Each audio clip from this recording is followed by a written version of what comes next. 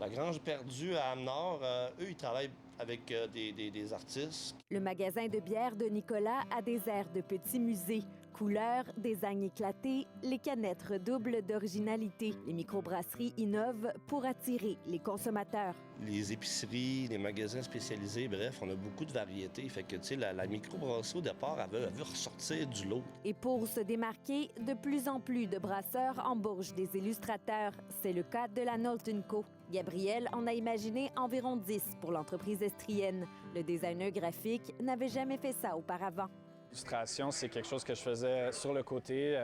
J'ai dessiné beaucoup quand j'étais jeune. À travers cette collaboration-là, c'est quelque chose que j'ai découvert et que j'aime beaucoup faire. Chacune des étiquettes de la microbrasserie présente une bande dessinée. Ce qui est super le fun à travailler avec Nicolas, c'est qu'il donne vraiment une création libre à ses artistes. Des fois, il y a un concept très rigide qu'il veut exécuter. Et puis moi, en termes de designer artistique, j'aime ça me confondre à son image de marque. Gabriel se laisse notamment inspirer par la bière. Il a habillé une lagueur mexicaine avec une scène de lutte, sport populaire dans ce pays. La canette lui donne beaucoup de visibilité. Ce concept de bande dessinée, ça le rend vraiment comme une petite pièce d'or. Je connais beaucoup de gens qui ont rincé leur canette puis ils gardent sur leur tablette. Tu as les Américains, les Canadiens qui ont un petit bière sont contents.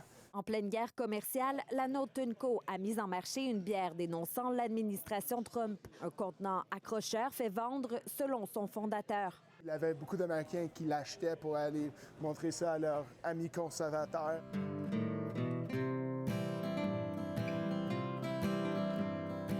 Les étiquettes de la brasserie de Nam sont éclatées, éclectiques. Elle a fait affaire avec plus d'une centaine d'artistes en 15 ans et ils ont beaucoup de liberté. Si on approche un artiste pour qu'il fasse une étiquette, c'est parce qu'on veut qu'il fasse ce qu'il fait. Puis on veut pas trop intervenir, puis on veut célébrer leur travail. Simon les déniche. C'est le directeur artistique de la brasserie, un poste rare au Québec.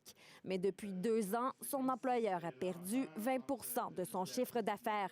Les gens boivent moins et se serrent la ceinture alors que la compétition est féroce. Résultat, Simon a dû créer des étiquettes lui-même. Mais les collaborations devraient reprendre au printemps.